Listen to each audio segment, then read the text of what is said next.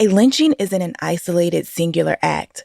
The violence and the silence around it was a deliberate community-wide lesson meant to be passed on and passed down.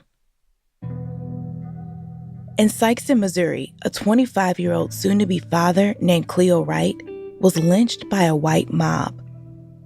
It happened in 1942, but you didn't have to be there or even born yet to get the message. I grew up here in Sikeston, Missouri. My age, 77. That's community elder Larry McClellan. He was born 2 years after Cleo Wright's body was dragged across the railroad tracks to the black side of town. Back in the old days, when dark comes, you don't want to be caught over here after 6 o'clock. You want to be on this side of the tracks. I didn't cross the line because I knew what was waiting. I knew what time it was here in Sikeston, Missouri. I'm Cara Anthony. I'm a journalist. I've been visiting Sikeston for years to work on a documentary film and podcast about the lynching of Cleo Wright and the police killing in 2020 of another young Black father, Denzel Taylor. All these Black men are getting shot down, losing their life. Cleo and Denzel, killed some 80 years apart in the same city. They do not want to talk about that subject. That's a hush-hush. In this episode of the podcast, we're exploring how that hush hurts the community and the way it hurts people's health. Here's an example. Larry says it's hard to feel safe in your hometown when Black men are killed and nearly everyone looks the other way. Growing up, Larry had a lot of questions about Cleo.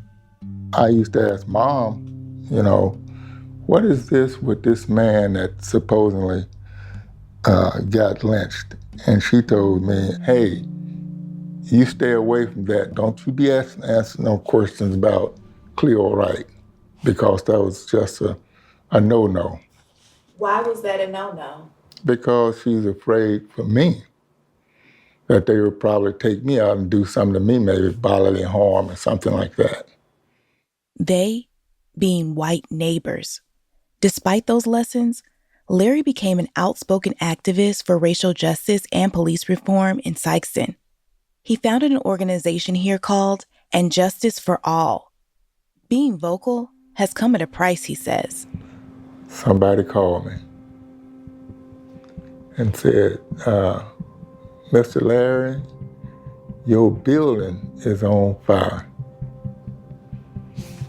So I didn't even really hang the phone up real good. I just jumped up and come up the highway. It was April 2019. Larry rushed to the headquarters of Injustice for All. I could see the flame was high as anything in Sikeston, might as well say.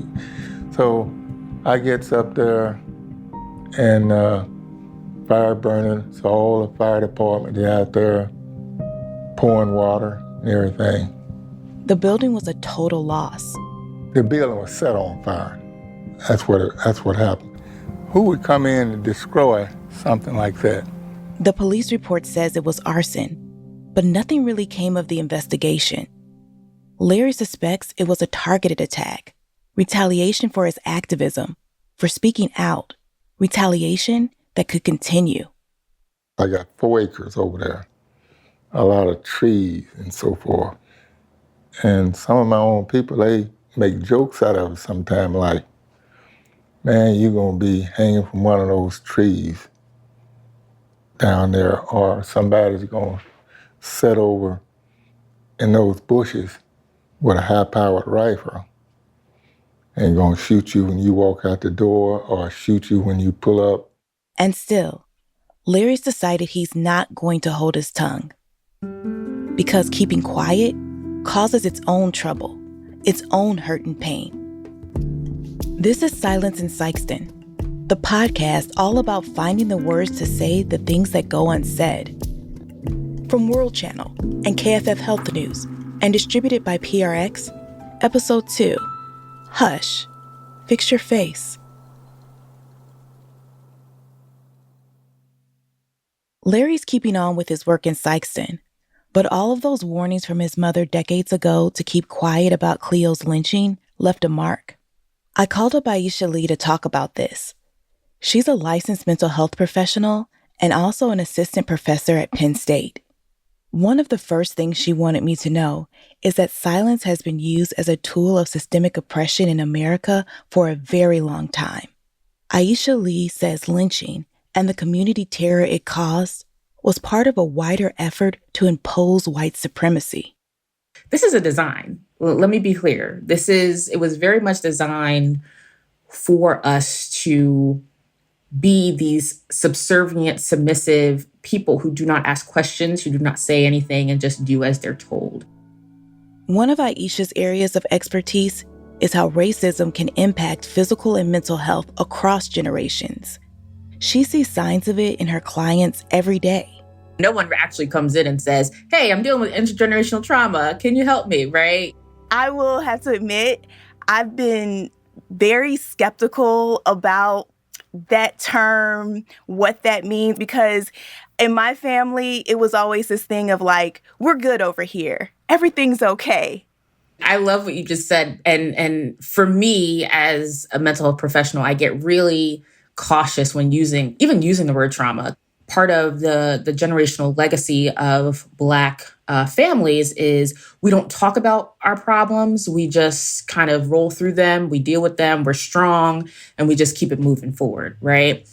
It's protection. It is, let me teach you the ways of the world according to us or for us, right? And for us, we need to keep our mouth shut. We can't ask any questions. We can't make any noise, because if we do, you're going to get the same or worse than, others. My parents, grandparents, my great-grandparents, their experiences with racial violence and what they had to do to stay safe shaped me.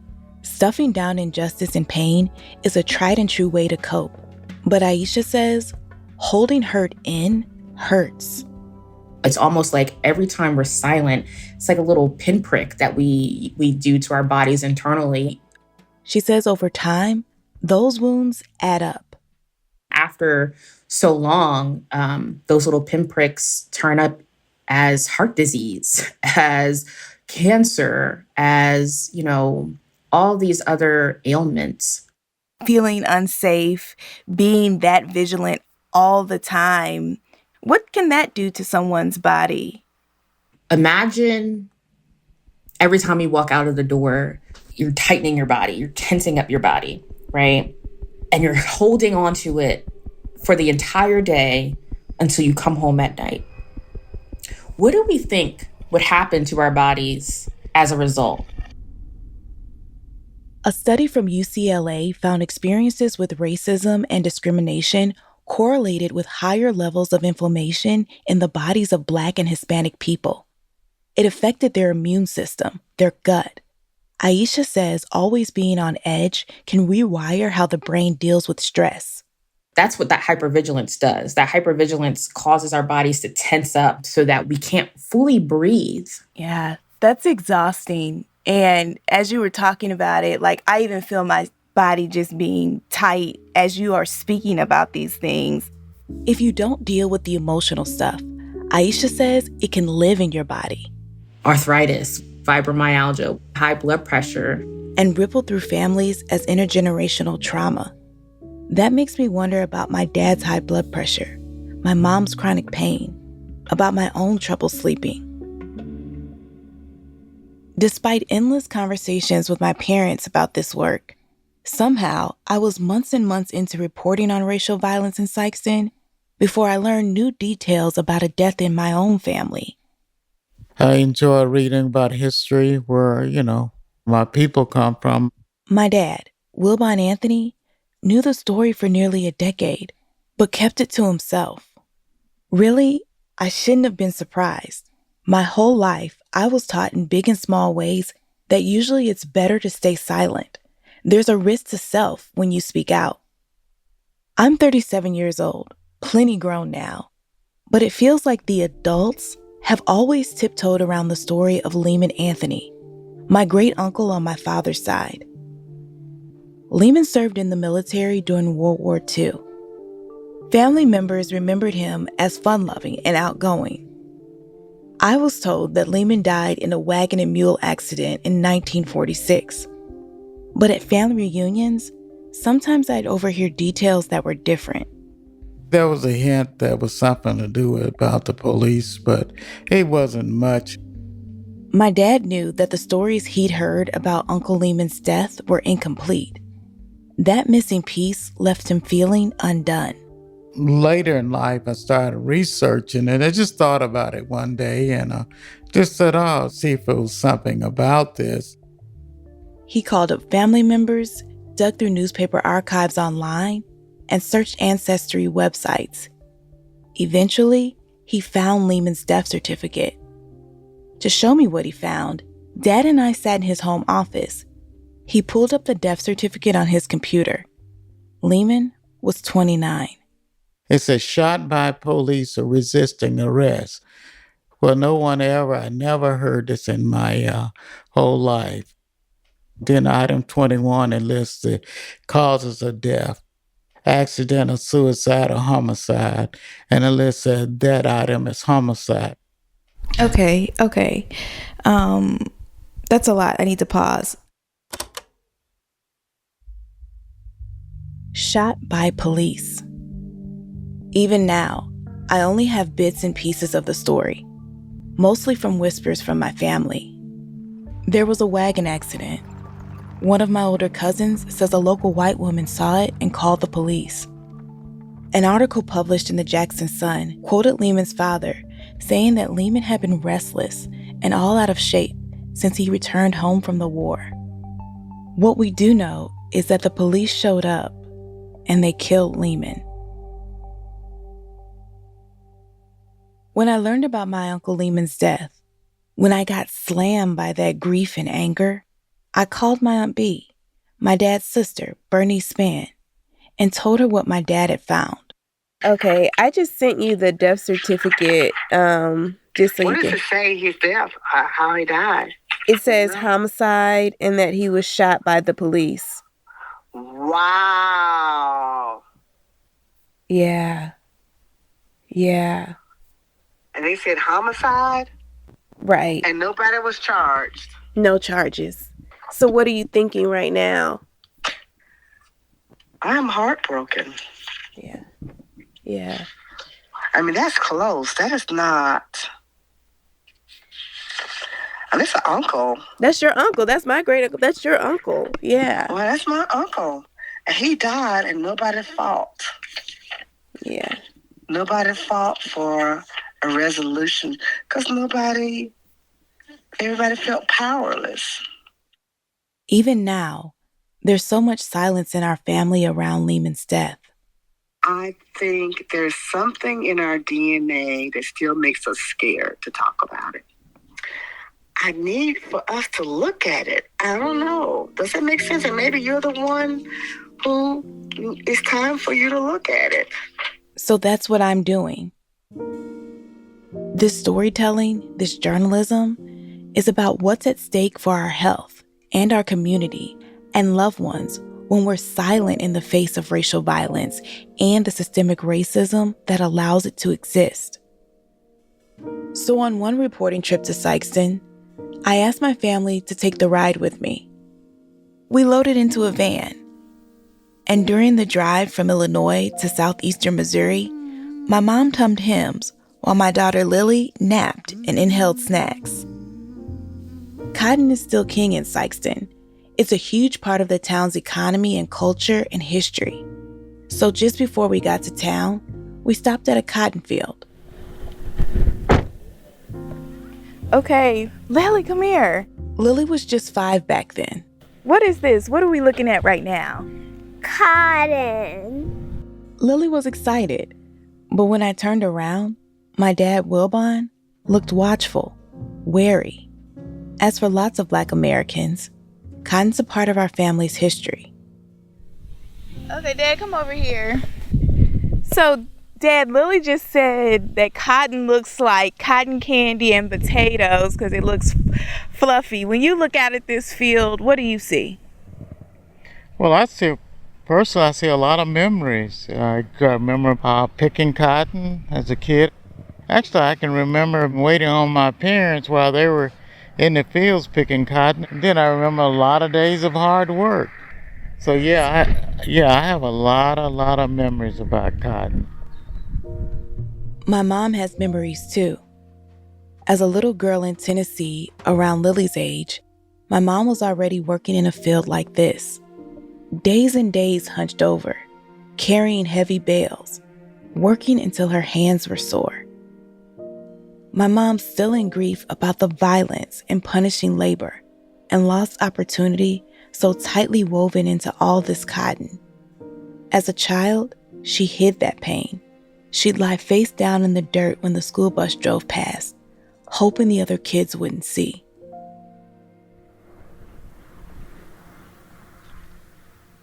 Standing in that cotton, 3 generations together, I worried I was dredging up old wounds or causing new hurt. Still, I want to try to have these conversations without passing the pain and stress down to the next generation, to my daughter. Why did we come down here to Sikeston? Because there's important work here. Yeah, there is important work here. Someday, I need to tell Lily about lynching in America, about Cleo Wright and our Uncle Lehman. I want her to know their names. I need to tell Lily about her personal risk of encountering that kind of violence. But truthfully, I'm not quite ready yet. Here's some advice I got from Aiesha Lee. This pain has compounded over generations. And so we're going to have to deconstruct it or heal it over generations, right? And so, our generation and the generations that come behind us will have little pieces of the work to do. As we put mental health more so at the forefront, and as we start to communicate more and more within our families, that's how we engage in this healing.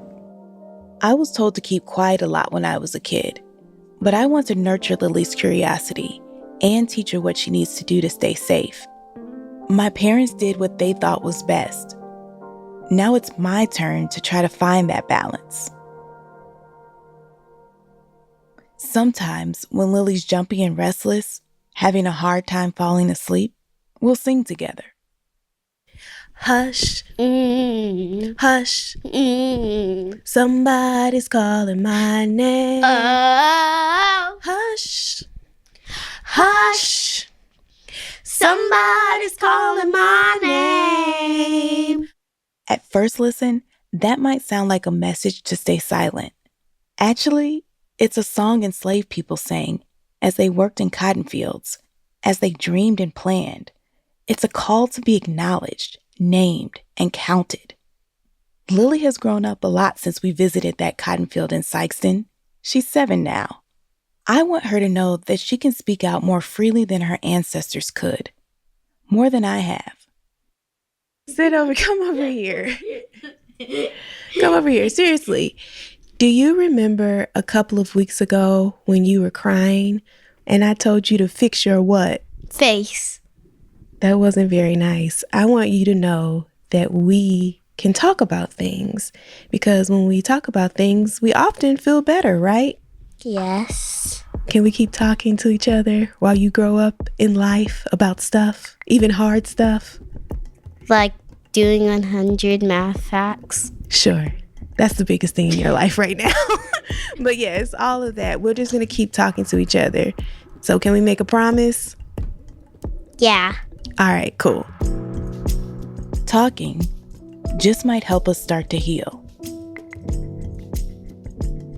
Next time on Silence in Sikeston. The boot heel knows what happened to him. The world, they have no idea who Denzel Taylor is.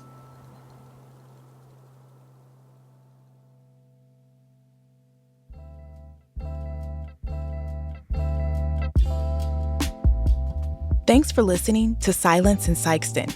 Next, go watch the documentary. It's a joint production from Retro Report and KFF Health News, presented in partnership with World.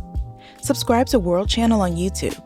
That's where you can find the film Silence in Sikeston, a local USA special.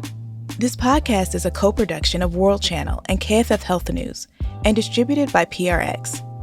It was produced with support from PRX and made possible in part by a grant from the John S. and James L. Knight Foundation. The audio series was reported and hosted by me, Cara Anthony. Zach Dyer and Taylor Cook are the producers. Editing by Simone Popperl. Tanya English is the managing editor of the podcast. Sound design, mixing, and original music by Lonnie Rowe. Podcast art design by Colin Mahoney and Tanya Castro-Dane. Una Zinda was the lead on the landing page design. Julio Ricardo Varela consulted on the script. Sending a shout out to my vocal coach, Vicky Merrick, for helping me tap into my voice. Music in this episode is from Blue Dot Sessions and Epidemic Sound. Some of the audio you'll hear across the podcast is also in the film. For that, special thanks to Adam Zletz, Matt Gettemeyer, Roger Herr, and Philip Jalen, who worked with us and colleagues from Retro Report. Kira Darden is executive producer at Retro Report. I was a producer on the film. Jill Rosenbaum directed the documentary. Keisha Weir is national editor at KFF Health News. World Channel's editor-in-chief and executive producer is Chris Hastings. If Silence in Sikeston has been meaningful to you, help us get the word out. Write a review or give us a quick rating on Apple, Spotify, Amazon Music, iHeart, or wherever you listen to this podcast. It shows the powers that be that this is the kind of journalism you want. Thank you. It makes a difference. Oh yeah, and tell your friends in real life too.